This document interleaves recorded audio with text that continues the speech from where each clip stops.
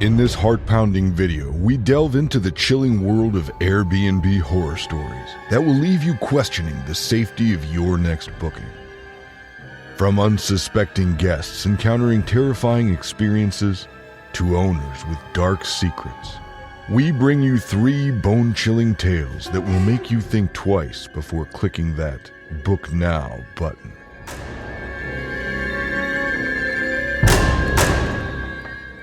It was June, and my partner Chidozie and I were desperate for a break from the relentless demands of our medical residency in Boston.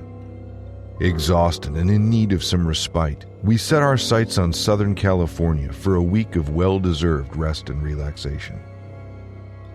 We stumbled upon a small guest house in Los Angeles on Airbnb, lured in by its stellar reviews and the glowing reputation of our host, JJ. He was hailed as one of Airbnb's best, a superhost. With the promise of a tranquil retreat, we eagerly booked our stay. Arriving at the guest house, we were greeted by a thoughtful gesture, a chilled bottle of wine and a welcoming note from JJ himself. It seemed like the perfect start to our vacation. Little did we know that our idyllic getaway would swiftly descend into a nightmarish ordeal. The tranquility of our first morning was shattered when I jolted awake to a series of thunderous knocks at the door. Disoriented and alarmed, I stumbled towards the house, only to hear an unknown voice below. "I know you're in there, Kevin!" With trepidation, I cautiously opened the door, just enough to catch a glimpse of an agitated man unleashing his fury. Instinctively, I demanded he leave and hastily slammed the door shut, attempting to regain my composure. In a panic, I dialed JJ, hoping for an explanation or assistance. To my bewilderment, the phone rang on the other side of the door, revealing that JJ was the instigator of this unsettling encounter. His voice nonchalantly echoed through the phone, dismissing the incident as mere confusion. He offered no apology or clarification, leaving us perplexed and unnerved. Despite this disconcerting incident, we convinced ourselves that perhaps it was merely a strange quirk of the West Coast. We brushed it off and immersed ourselves in the tranquility of the beach, determined to salvage our vacation. Little did we know that our peaceful respite was just the calm before the storm. Then, as the night wore on, at approximately 2 a.m., our peaceful slumber was abruptly shattered by a thunderous crash. A menacing figure crashed through the bedroom window, shattering the glass into 1,000 glistening shards that scattered across the room. Panic engulfed us as the intruder lay sprawled on the floor, face down. Fear coursed through our veins as we grappled with the shocking reality unfolding before us. Without hesitation, my partner, Uwandu, a towering figure standing at 6 feet 230 pounds, lunged into action. He lunged out of bed and pounced on the intruder, using his immense strength to pin him down, his knee firmly planted on the man's back. Desperately, I reached for my phone, seeking help, my mind racing with a barrage of questions. Who is this intruder? What does he want? Are there more lurking in the shadows, waiting to pounce upon us? Amidst the chaos, I struggled to comprehend the harrowing situation that unfolded. Was it a horrific nightmare? A scene from a twisted movie? My hands trembled as I dialed 911. Crouching beneath the bed, the world around me seemed distorted and surreal. As the dim light revealed the intruder's features, terror gripped my heart. It was JJ, the very same superhost who had been venerated by Airbnb. How could this trusted figure transform into our worst nightmare? Uwandu momentarily loosened his grip to tend to his bleeding feet, covered in the shards of broken glass. It was then that the intruder seized the opportunity, breaking free from Uwando's hold, vanishing into the darkness beyond the door. With a sense of urgency, I relayed the chilling encounter to the skeptical voice on the other end of the emergency line. The realization of our Airbnb host attacking us hung heavy in the air. Fearing for our safety, we armed ourselves with the largest knives we could find in the kitchen anxiously awaiting the arrival of help. Suddenly, the deafening sound of a helicopter sliced through the night sky. A flood of blue light illuminated the courtyard that lay between the guest house and the main house. It didn't take long for the police to apprehend the intruder, returning him to the property in handcuffs. As we stood there, still trembling with shock, one of the officers revealed a bewildering motive. The assailant had been rambling about Airbnb cleaning fees, claiming he was instructed to evict us. In the midst of this chaos, an elderly woman emerged from the main house, her presence unexpected. Questioning our very existence, she inquired about our identities. She, the owner, disclosed that JJ had been renting the guest house without her authorization, oblivious to his deceit. Our hearts sank as we revealed the constant influx of people we had witnessed coming and going, mistakenly assuming they were JJ's friends. Trembling and in need of solace, I reached out to Airbnb in the dead of night.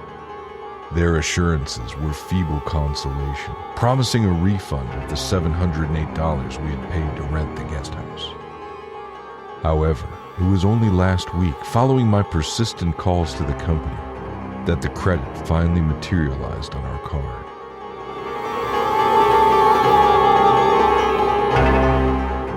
It was an unsettling night in our quiet Vancouver neighborhood when my senses were abruptly awakened by blood-curdling screams. Startled, I stumbled out of bed trying to make sense of the chaos that had pierced through the peaceful facade of our community. Little did I know that this disturbance would thrust me into a spine-chilling encounter with terror, forever etched in my memory. Rushing to my window, I peered outside, my heart pounding in my chest. Illuminated by dim streetlights, I witnessed a horrifying sight. Two young women, who had rented the Airbnb suite next door, were trapped in a nightmarish struggle with their host, a man I thought I knew. As the commotion escalated, I could hear his voice grow louder, filled with a rage I had never witnessed before. The echoes of his accusations reverberated through the stillness of the night. Frantic pleas for mercy intertwined with the frenzied sounds of a scuffle, and it became apparent that the situation had spiraled into a realm of unspeakable violence. Driven by an instinct to help, I rushed towards their rented sanctuary. A piercing cry escaped one sister's lips as she clutched her neck, her pain veiled by a makeshift bandage, while the other was held captive against the wall, a menacing knife pressed against her trembling form. Fear coursed through my veins as I frantically dialed 911, my trembling voice carrying the urgency of the situation. Time stood still as I pleaded with the attacker to release his grip on the innocent victims, my words lost in the abyss of his wrath. With every passing moment, the weight of their lives hung in a precarious balance. In those harrowing minutes, a disorienting silence enveloped the hallway. The assailant's attention momentarily wavered, and in a swift yet chillingly calm escape, he disappeared through a concealed exit, leaving behind a trail of devastation and shattered trust. I held my breath, the air heavy with fear as emergency responders rushed to the scene. Paramedics, shrouded in urgency, swiftly attended to the sister's grievous injuries. It was a stark reminder of the fragility of life as the line between safety and unspeakable terror had been mercilessly crossed within the confines of an Airbnb rental. In the aftermath of this nightmare, our once peaceful neighborhood bore the scars of an unsettling truth. The man I had known for years, now revealed as Arvin Pasha, faced charges of aggravated assault, forever casting a sinister shadow over our community. And as I looked upon the blood-stained floor, I couldn't help but question the very nature of trust. For beneath the veneer of hospitality lurked a darkness that threatened to unravel the fabric of our shared experience.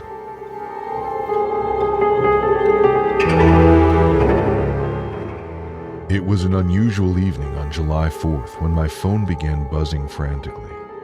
As I unlocked the screen, a series of messages unfolded, filling me with a chilling dread. My heart sank as I read the words from my 19-year-old son, who was trapped in a nightmare within an Airbnb rental in Madrid.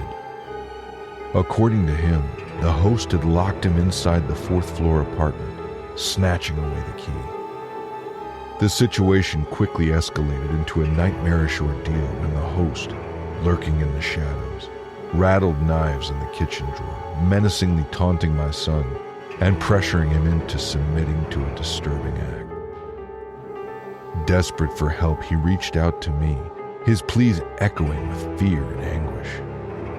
My instinct was to contact Airbnb, hoping they would swiftly intervene and rescue my son from the sinister nightmare. But instead, I was met with indifference and frustration. They refused to disclose the address, refused to call the police, and left me with a mere number for the Madrid authority, urging me to seek their assistance. Frantically dialing the number, my hopes were crushed as a disorienting recording in Spanish repeatedly disconnected me, leaving me stranded in a maddening loop. Meanwhile, my son, trapped in the clutches of his host's sick game, endured a harrowing assault. The minutes turned into hours as he mustered every ounce of courage to negotiate his release. Finally, by some miracle, he managed to convince the host to set him free. Now safely back home in Massachusetts, he bears the scars of this traumatic experience, seeking solace in the comforting embrace of therapy. Attempting to make sense of it all, I reached out to the host through Facebook Messenger, desperate for an explanation. Shockingly, they denied my son's accusations, claiming the encounter was consensual and accusing him of harboring transphobic sentiments. But the pieces of this disturbing puzzle don't quite fit together. Why would someone fabricate such a story and subject themselves to the scrutiny that follows?